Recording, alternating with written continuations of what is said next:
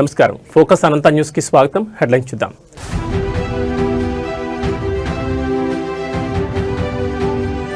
నేడు మంత్రులతో సీఎం రేవంత్ కీలక సమావేశం. పంచాయతీ ఫలితాలపై నియోజకవర్గాల వారీగా సమీక్ష.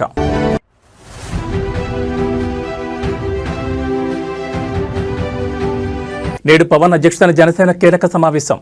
పదవీ బాధ్యత పేరుతో పార్టీ నేతలకు దిశానిర్దేశం.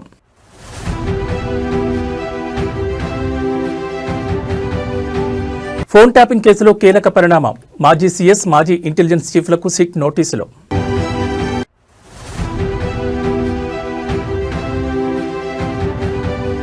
నేడు తిరుమలలో ఉన్నత స్థాయి సమీక్ష. ముక్కోటి ఏకాదశి వైకుంఠ ద్వార దర్శనాలపై సమీక్షించనున్న మంత్రులు.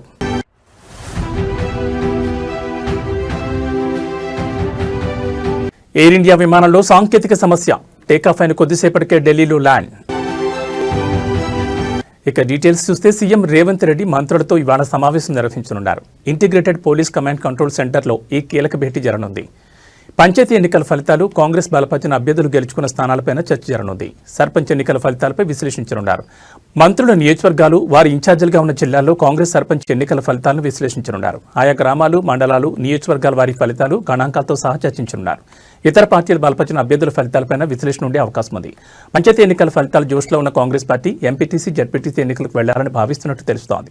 సొసైటీ ఎన్నికలను సైతం నిర్వహించాలని భావించడంతో తాజాగా సొసైటీల ప్రస్తుత పాలక వర్గాలను రద్దు చేసి జిల్లాల కలెక్టర్లను ప్రత్యేక అధికారులుగా నియమించారు. ఈ భేటీ ఎజెండాలో ఇటీవల ప్రభుత్వం ప్రతిష్టాత్మకంగా నిర్వహించిన గ్లోబల్ సమిట్ అంశం సైతం ఉండనుందని తెలుస్తోంది. ఐఏఎస్, ఐపీఎస్ అధికారుల బదిలీలకు ప్రభుత్వం మళ్లీ రంగం సిద్ధం చేసిందని భావిస్తున్న తరుణంలో పనితీరు బదిలీలుంటాయని, దీనిపై నిర్ణయం తీసుకుంటారని తెలుస్తోంది. రాష్ట్ర స్థాయి నుంచి జిల్లా స్థాయి వరకు బదిలీల జాబితాలు చేర్చనున్నట్లు సమాచారం. మంత్రుల పనితీరుపై సీఎం రేవంత్ రెడ్డి అధిష్టానానికి నివేదిక సమర్పించిన నేపథ్యంలో ఆ నివేదిక కాపీలను ఒక్కో మంత్రికి విడిగా ఇచ్చే అవకాశం ఉంది. కొందరు మంత్రులు తమ పరిధిలోని శాఖల్లో ఆశించిన స్థాయిలో పనిచేయడం లేదని విమర్శలతో పాటు మరికొందరు జిల్లాలో గ్రూప్ తగాదాలను ఎంకరేజ్ చేస్తున్నట్లు ఆరోపణలున్నాయి. ఈ మీటింగ్లో సీఎం రేవంత్ రెడ్డి కొందరు మంత్రులను సున్నితంగా హెచ్చరించే అవకాశం ఉందని సమాచారం.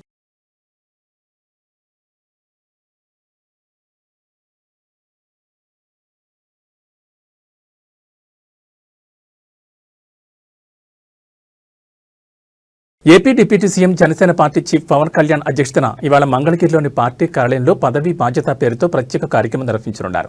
ఈ సమావేశంలో ఎన్డీఏ కూటమి ప్రభుత్వంలో జనసేన తరపున నామినేటెడ్ పదవులు పొందిన కార్పొరేషన్ చైర్మన్లు, డైరెక్టర్లు, నీటి సంఘాల అధ్యక్షులు సహా సుమారు 3,000 మంది నాయకులు పాల్గొబోతున్నారు. ఈ సందర్భంగా పార్టీ నేతలకు స్పష్టమైన దిశానిర్దేశం చేయనున్నారు. పారదర్శక పాలన, అవినీతి రహితంగా ప్రజల సేవ చేయాలని సూచించనున్నారు. గ్రాస్ రూట్ స్థాయిలో అభివృద్ధి కార్యక్రమాలు వేగవంతం చేయాలని పిలుపునివ్వనున్నారు. పార్టీ బాధ్యతలు, కోడ్ ఆఫ్ కండక్ట్ పై మార్గదర్శకాలు జారీ చేయనున్నారు. ఈ కార్యక్రమం జనసేన పార్టీలో రాజకీయ జవాబుదారీతనాన్ని పెంపొందించడం, ప్రజల ఆకాంక్షలకు అనుగుణంగా పనిచేయడం లక్ష్యంగా జరుగుతోంది. జనసేన పార్టీ వర్గాలు వెల్లడించాయి.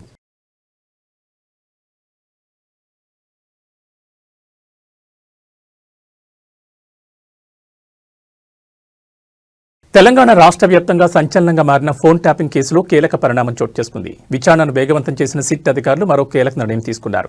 తెలంగాణ మాజీ సీఎస్ సోమేష్ కుమార్, మాజీ ఇంటెలిజెన్స్ చీఫ్ నవీన్ చంద్కు సిట్ అధికారులు నోటీసులు జారీ చేశారు. జూబ్లీహిల్స్లోని సిట్ కార్యాలయానికి విచారణకు రావాలని వారికి ఇచ్చిన నోటీసులు అధికారులు ఆదేశించారు. మరి సిట్ నోటీసులకు మాజీ సీఎస్, మాజీ ఇంటెలిజెన్స్ చీఫ్లు ఏ విధంగా స్పందిస్తారో తెలియాలంటే వేచి చూడాల్సింది. తెలంగాణలో పెను సంచలనం సృష్టించిన ఫోన్ ట్యాపింగ్ కేసు విచారణ ప్రస్తుతం అత్యంత కీలక దశకు చేరుకుంది. గత ప్రభుత్వ హయాంలో దాదాపు 600 మందికి పైగా రాజకీయ నాయకులు, న్యాయమూర్తులు మరియు వ్యాపారవేత్తల ఫోన్లను అక్రమంగా ట్యాప్ చేశారనే ఆరోపణతో ఈ కేసు ప్రారంభమైంది. ఈ కేసులో ప్రధాన నిందితుడిగా ఉన్న మాజీ intelligence chief T Prabhakar Rao సుదీర్ఘకాలం అమెరికాలో ఉండి సుప్రీంకోర్టు ఆదేశాల మేరకు డిసెంబర్ 2025లో భారత్కు తిరిగి వచ్చి పోలీసుల ముందు లొంగిపోయారు. ప్రస్తుతం ఆయనను Hyderabad police commissioner VC Sajjanar నేతృత్వంలోని 9 మంది సభ్యుల ప్రత్యేక విచారణ బృందం సుదీర్ఘంగా విచారిస్తోంది.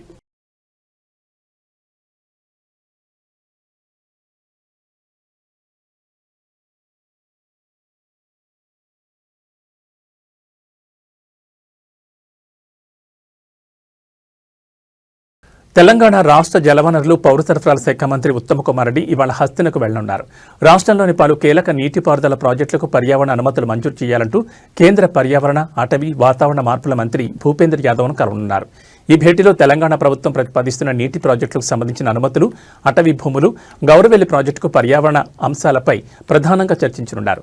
అయితే మంత్రి ఉత్తమ్ కుమార్ రెడ్డి ఇటీవల ఆంధ్రప్రదేశ్ ప్రభుత్వం ప్రతిపాదిస్తున్న పోలవరం, నల్లమల సాగర్, పోలవరం ప్రాజెక్టుపై అభ్యంతరాలు వ్యక్తం చేశారు. ఇప్పటికే కేంద్ర మంత్రి భూపేంద్ర యాదవ్కు ఆ ప్రాజెక్టుకు ఎలాంటి అనుమతి ఇవ్వొద్దని కోరారు. ఆంధ్రప్రదేశ్ ప్రభుత్వం ప్రాజెక్టు స్కోప్ను మార్చి గోదావరి జలాల వాటాలు, పర్యావరణ నిబంధనలు ఉల్లంఘిస్తోందని ఆరోపించారు. అదేవిధంగా తెలంగాణకు చెందిన ప్రాజెక్టులకు త్వరితగతిన క్లియరెన్స్లు ఇవ్వాలని మంత్రి కోరనున్నారు. అదేవిధంగా మంత్రి ఉత్తమ్ రేపు కేంద్ర వినియోగదారుల వ్యవహారాలు, ఆహారం, ప్రజా పంపిణీ మంత్రి ప్రహ్లాద్ జోషిని కలవనున్నారు. మరి అదేవిధంగా కృష్ణా నదీ జలాల విషయంలో నేను ఇంకా వివరంగా రేపు ఫ్యాక్ట్స్, ఫిగర్స్, డేట్స్ తో సహా క్రానలజీతో రేపు చెప్తాను. అంటే ఈరోజు టైం తక్కువ ఉంది, మిమ్మల్ని కూడా ఎక్కువ ఇబ్బంది పెట్టకుండా నేను ఇన్ షార్ట్ ఈరోజు చెప్తాను.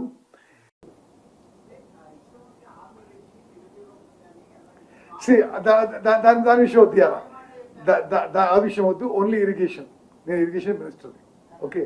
తిరుమలలో కొలువుదీరిన కలియుగ దైవం శ్రీ వెంకటేశ్వర స్వామి వైకుంఠ ద్వార దర్శనాలకు సంబంధించి ఈ రోజు తిరుమలలో ఉన్నత స్థాయి సమీక్ష సమావేశం జరగనుంది. ఈ సమావేశానికి రాష్ట్ర హోంశాఖ మంత్రి వంగలపూడి అనిత, దేవాదాయ శాఖ మంత్రి ఆనం రామనారాయణ రెడ్డి హాజరు కానున్నారు. టీటీడీ ఉన్నతాధికారులు, జిల్లా యంత్రాంగంతో కలిసి వైకుంఠ ద్వార దర్శనాల ఏర్పాట్లపై మంత్రులు సమీక్షించనున్నారు.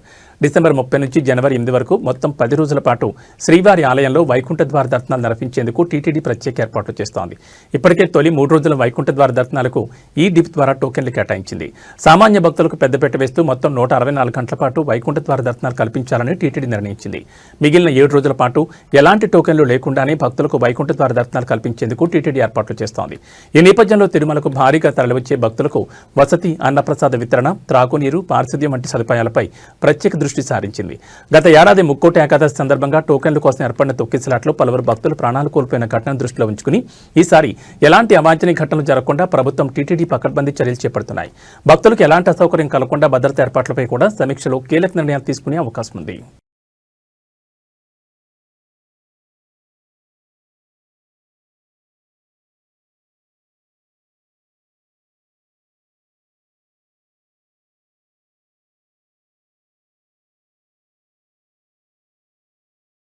హనుమకొండలో ఉద్రిక్త చోటు చేసుకుంది. చదువు చెప్పాల్సిన గురువులు లేక భవిష్యత్ అంధకారం అవుతుందన్న భయంతో విద్యార్థులు రోడ్డెక్కారు.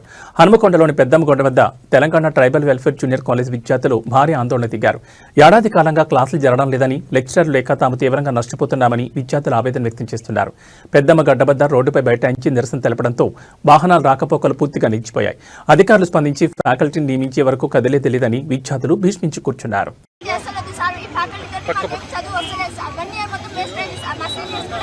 ఇలానే చేసింది సార్, కానీ వాళ్ళకి ఏం రిజల్ట్స్ లేదు సార్. రోడ్కి ఎక్కినాం సార్, అందుకే మాకు ఫ్యాకల్టీ వచ్చేంత వరకు మేము ఇలానే ఉంటాం సార్, ధర్నా చేస్తూనే ఉంటాం. అంటే ఎందుకు ఏ సబ్జెక్ట్స్ చెప్పట్లేదు అసలు? ఫిజిక్స్, కెమిస్ట్రీ ఏం బాలేదు సార్. మా తల్లిదండ్రులు మా మీద హోప్స్ ఎన్నో పెట్టుకున్నారు సార్, మేము డాక్టర్ అవుతాం, ఐఐటీ తెచ్చుకుంటామని. వాళ్ళ హోప్స్ అన్ని సర్వనాశనం అయ్యేటట్టుంది సార్. మేము ఇక్కడ ఉంటే మాకు ఫ్యాకల్టీ కావాలి. అది ఎన్ని రోజుల నుండి ఇష్యూ నడుస్తుంది? స్టార్టింగ్ నుంచి చెప్తూనే ఉన్నాం సార్, కానీ ఇప్పటి వరకు రిజల్ట్స్ రాలేదు సార్. కాబట్టి మేము ఎవరైనా అధికారులకు చెప్పారా మీరు? చెప్పాను సార్, ఆర్సీఓ సార్ చెప్పకుంటే మేడం వాళ్ళు ఫ్యాకల్టీ గురించి ఏం చెప్పకుండా చిన్న ఫామ్లు అడిగితే కూడా చెప్పారు సార్. మాకు మ్యాథ్స్ ఏం కాదు, ఫిజిక్స్, కెమిస్ట్రీ ఏం రాస్తారు, ఇంక్లూడింగ్ లాంగ్వేజెస్ కూడా మాకేం రాదు సార్. అసలు ఎన్ని రోజుల నుండి ప్రాబ్లం ఉంటుంది? 1 ఇయర్ నుంచి సార్. 1 ఇయర్ నుంచి చెప్తూనే ఉన్నాం ప్రిన్సిపల్ కి, అయినా చెప్పలే, అయినా తెలియలే. మొన్న మేము సజెషన్స్ రాసినాం సార్, ఆ సజెషన్స్ మేడంకి ఈ రోజు వరకు పేపర్లే విప్పలేదు సార్. మీ పేరు? మీ పేరు? అక్షిత. వీకెండ్ అనగా ఈ రోజు అన్ని చెప్పేస్తున్నాం. మాకు మొత్తం దిశ పీవైకి ఉన్నాయి, ఆ దిశ పీవైకి ఆన్సర్స్ మొత్తం బట్టి పట్టేస్తున్నాం. అందులో రేపు వచ్చే వీకెండ్ లో మొత్తం అవే పెట్టేస్తున్నాం సార్. ఆన్సర్స్ మాకు ఓన్గా చేయడం టాలెంట్ లేదు సార్. ఒక్క ఫామ్ అడిగితే ఒక్కరు కూడా రావు. పోయినసారి ఫ్యాకల్టీ చేంజ్ అయినప్పటి నుంచి 5 ఐఐటి సీట్స్ వచ్చినాయి సార్. ఐఐటి అయితే అంటే మాకు చిన్న ఫామ్ అడిగితే కూడా రాదు సార్. మీరు మేడం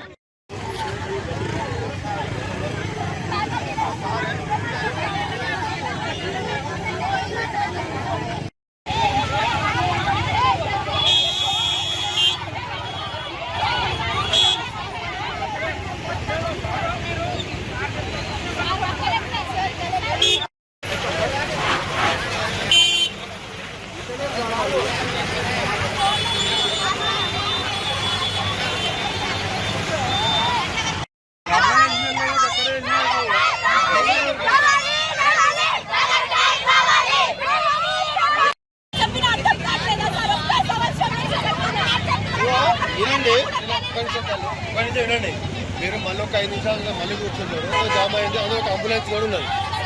దయచేసి ఒక 10 నిమిషాలు అడుగుండాలి. మళ్ళీ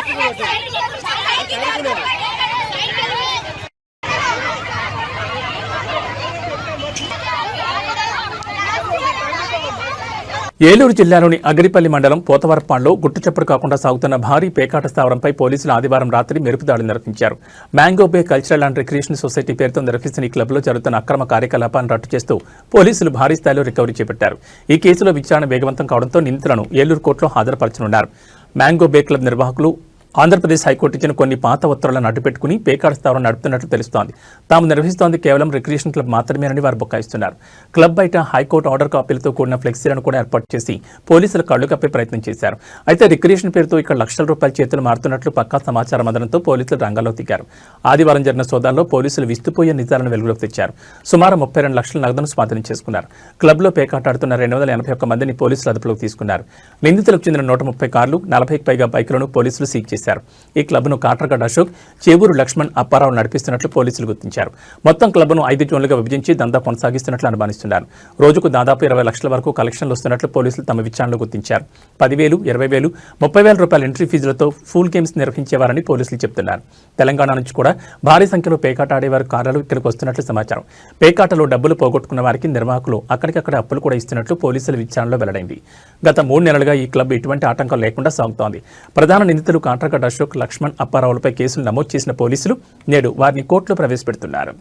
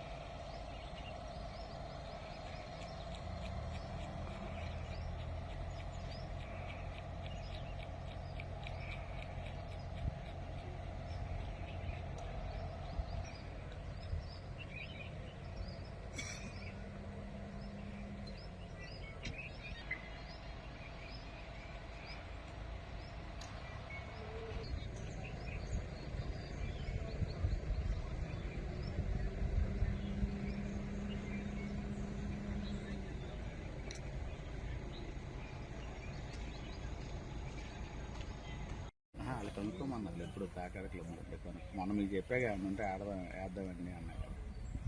మన వాళ్ళని కనుక్కోమన్నా కదా అంటే వాళ్ళు లోపల అసలు అయినా ఆడు ఆడుతున్న నెల నుంచే కదా.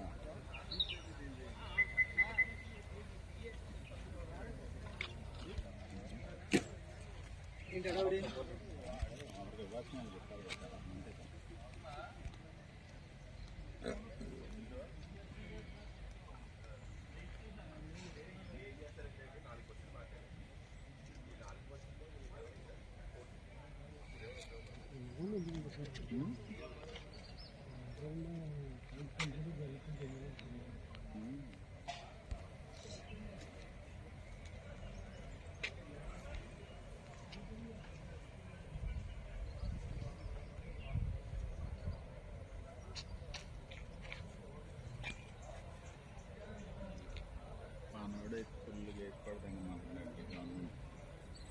దొరికితే వదలొద్దు.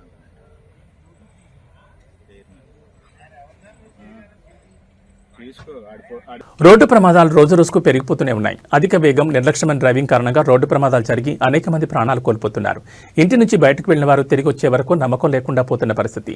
అసలు ప్రమాదం ఎక్కడి నుంచి వస్తుందో తెలియడం లేదు. పెద్ద ప్రమాదాలు జరిగి ప్రాణాలతో బయటపడి మృత్యుంజయులుగా ఉన్నవారు ఎందరో ఉండగా చిన్న ప్రమాదాలకు ప్రాణాలు కోల్పోయిన వారు ఉన్నారు. రోడ్డు ప్రమాదాల నివారణకు ప్రభుత్వం చర్యలు చేపట్టినా కూడా ఎక్కడో ఒక చోట ప్రమాదాలు జరిగి అనేక మంది మరణిస్తున్నారు. తాజాగా తెలంగాణ జిల్లా మంచిర్యాలలో జరిగిన రోడ్డు ప్రమాదం తీవ్ర విషాదాన్ని నింపింది. జిల్లాలోని ఇందారం క్రాస్ రోడ్ వద్ద ఈ రోజు ఘోర రోడ్డు ప్రమాదం జరిగింది. ఆగి ఉన్న బొలేరోను వేగంగా దూసుకొచ్చిన లారీ బలంగా ఢీకొట్టింది. ఈ ప్రమాదంలో ముగ్గురు అక్కడికక్కడే మృతి చెందారు. వరి నాట్లు వేసేందుకు మహారాష్ట్ర నుంచి కరీంనగర్ జిల్లాకు 23 మంది కూలీలు బొలేరోలు వెళ్తున్నారు. ఈ క్రమంలో ఇందారం క్రాస్ వద్ద బొలేరో వాహనం కొద్దిసేపు ఆగింది. ఇంతలో అనుకోని ప్రమాదం వారిని వెంటాడింది.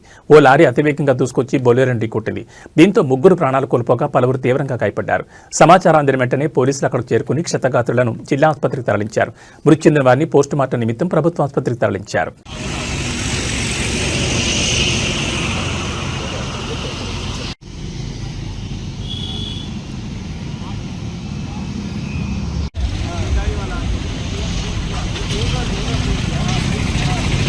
బాపట్ల జిల్లా చీరాల్లో భారీ అగ్ని ప్రమాదం చోటు చేసుకుంది. జాతీయ రహదారి పనుల్లో నిమగ్నమై ఉన్న ఒక భారీ మొబైల్ క్రేన్ ఒక్కసారిగా అగ్ని ప్రమాదానికి గురైంది. విజయనగర్ కాలనీ వద్ద వాడరేవు పిడుగురాళ్ల రహదారి పనుల వద్ద ఈ ఘటన జరిగింది. క్రేన్ ఇంజన్లో అకస్మాత్తుగా చెలరేగిన మంటలు క్షణాల్లో భారీగా వ్యాపించాయి. మంటల ధాటికి క్రేన్ ఇంజన్ భాగం పూర్తిగా కాలిపూడిదైంది. సమాచారం అందిన వెంటనే ఫైర్ సిబ్బంది ఘటనా స్థలానికి చేరుకుని మంటలను అదుపులోకి తెచ్చారు. ప్రమాద సమయంలో అక్కడ ఎవరూ లేకపోవడంతో పెను ప్రమాదం తప్పింది.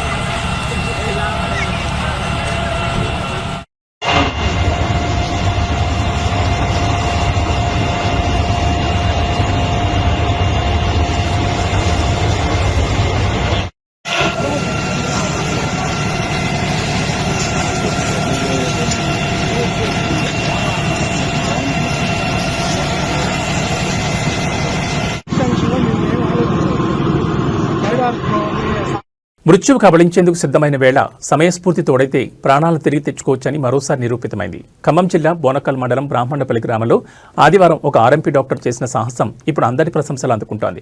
పడక లక్ష్మయ్య అనే వృద్ధుడు ఆదివారం తన పనుల్లో ఉండగా ఒక్కసారిగా గుండెపోటుకు గురయ్యారు. శ్వాస తీసుకోవడం ఇబ్బందిగా మారి కళ్ల ముందే కుప్పకూలిపోయారు. ఏం చేయాలో పాలుపోక ఉన్న వారు ఆందోళన చెందుతున్న తరుణంలో స్థానిక ఆర్ఎంపీ డాక్టర్ గోపాలకృష్ణ అక్కడికి చేరుకున్నారు. పరిస్థితిని గమనించిన గోపాలకృష్ణ క్షణం కూడా ఆలస్యం చేయకుండా లక్ష్మయ్యకు సిపిఆర్ చేయడం ప్రారంభించారు. గుండెపై ఒత్తిడి కలిగిస్తూ శ్వాస అందేలా ఆయన చేసిన ప్రయత్నం ఫలించింది. కొద్దిసేపటికే లక్ష్మీ స్పృహలోకి రావడంతో అందరూ ఊపిరి పీల్చుకున్నారు. ఆపదలో ఉన్న వ్యక్తికి ప్రాథమిక చికిత్స అందించి ప్రాణదాతగా నిలిచిన డాక్టర్ గోపాలకృష్ణను గ్రామస్తులు, లక్ష్మీ కుటుంబ సభ్యులు కొనియాడారు. గుండెపోటు వచ్చిన సమయంలో మొదట కొన్ని నిమిషాలు అత్యంత కీలకం. ఈ సమయంలో సిపిఆర్ వంటి ప్రాథమిక చికిత్సపై అవగాహన ఉంటే ఎంతో మంది ప్రాణాలను కాపాడొచ్చని ఈ ఘటన మరోసారి గుర్తు చేసింది.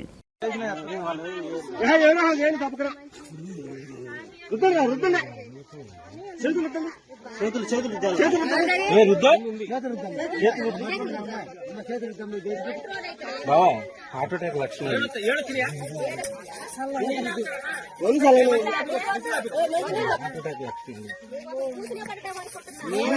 అరే 108 108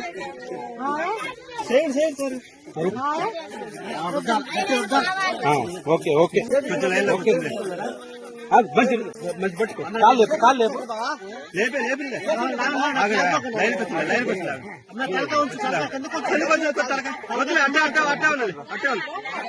నేను చేస్తలే కానీ నువ్వు గట్టి రుద్దుకో.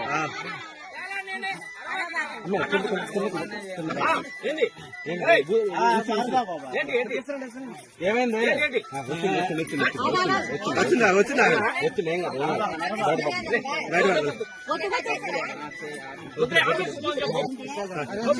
బీపీకి షుగర్ కొడుతున్నావు అని బీపీ షుగర్ కొడుతున్నావా?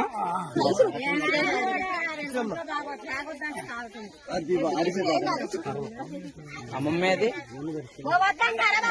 సిపిఆర్ ఎమ్మనే అయిపోయింది. ఆగు, సిపిఆర్ చేస్తే ఆగో 2 నిమిషాలు వద్దండి. బయటపడ్డాడే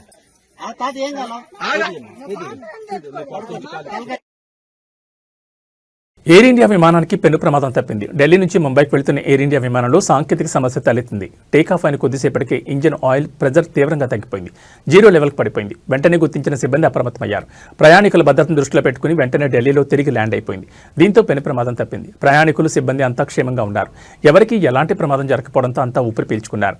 A1887 విమానం ఇందిరాగాంధీ అంతర్జాతీయ విమానాశ్రయం నుంచి సోమవారం తెల్లవారుజామున 3:20 ముంబైకి బయలుదేరింది. అయితే విమానం గాల్లోకి ఎగరగానే పైలట్లు కుడివైపు ఇంజిన్ ఆయిల్ ప్రెజర్ పడిపోయినట్లుగా గమనించారు. వెంటనే అప్రమత్తమై విమానాన్ని కొద్దిసేపటికి ఎమర్జెన్సీ ల్యాండింగ్ చేసేశారు. ఢిల్లీ విమానాశ్రయంలో ప్రయాణికులంతా క్షేమంగా దిగేశారని, ఎవరికీ గాయాలు కాలేదని అధికారులు తెలిపారు.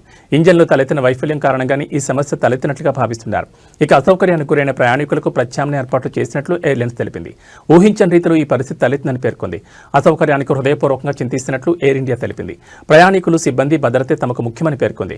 అయితే దీనిపై వివరణాత్మక నివేదిక ఇవ్వాల్సిందిగా ఎయిర్ ఇండియాకు మంత్రిత్వ శాఖ ఆదేశించింది.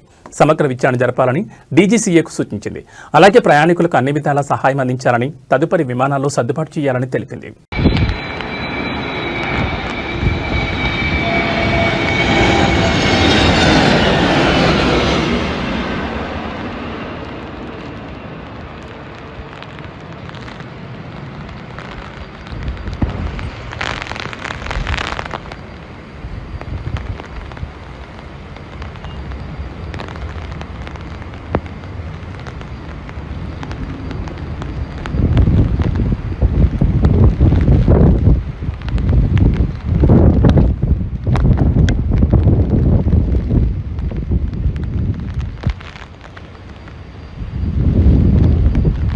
ఇవి ఈ బులెటిన్ విశేషాలు. మరో బులెటిన్లో మళ్ళీ కలుసుకుందాం. నమస్కారం.